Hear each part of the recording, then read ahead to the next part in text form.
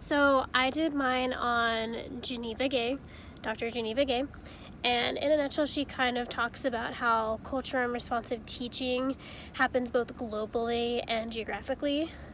And she argues that culture and responsive teaching includes more than just content or one way to engage the educational enterprise.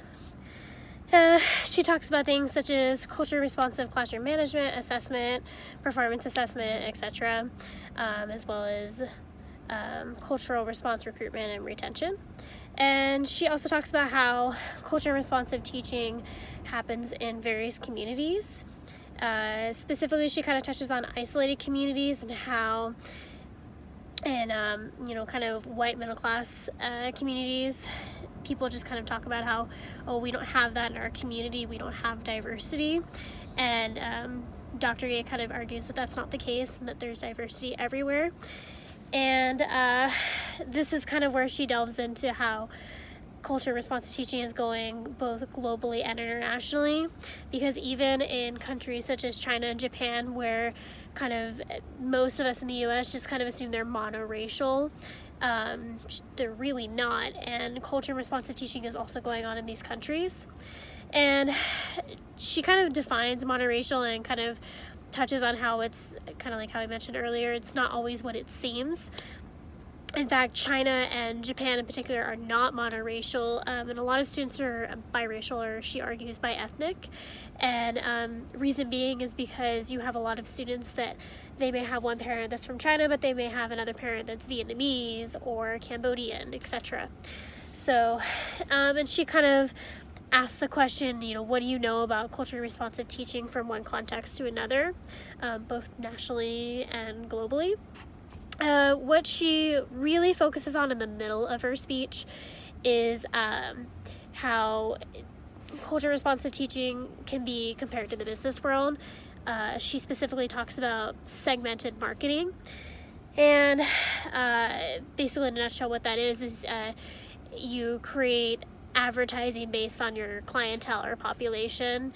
So she kind of uses the example of there was a type of liqueur that was advertised in African American communities that may have been advertised differently than in a white majority community.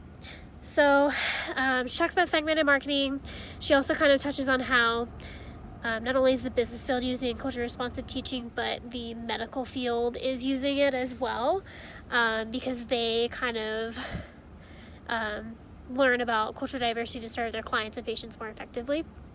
So, but the main reason she brings up other professions is because the U.S., according to Dr. Gay, tends to listen to the other professions over education in regards to culture responsive teaching. And she mentions that we need to be careful when we look at culture responsive teaching because there's a lot of misconceptions aligned with it. She also mentions again that the student population worldwide and nationally is becoming more diverse. It's not just black or white. In the U.S., she specifically touches on how we have Black Muslim students, and that new teachers might have to teach longer than teachers of the past just because of the diversity.